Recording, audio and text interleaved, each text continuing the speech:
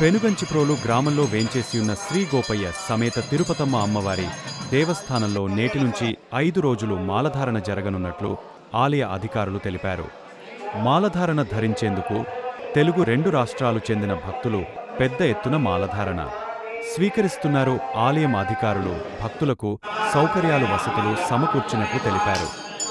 మాలధారణ ధరించేందుకు వస్తున్న భక్తులు దేవస్థాన సమీపంలోని మునేరులో స్నానాలు ఆచరించి ఎరుపు రంగు వస్త్రాలు ధరించి అమ్మవారి దర్శనం అనంతరం గర్భగుడి ఎదురుగా ఆలయ ప్రధాన అర్చకులు చేతుల మీదుగా అమ్మవారి మాలధారణలు స్వీకరిస్తున్నారు.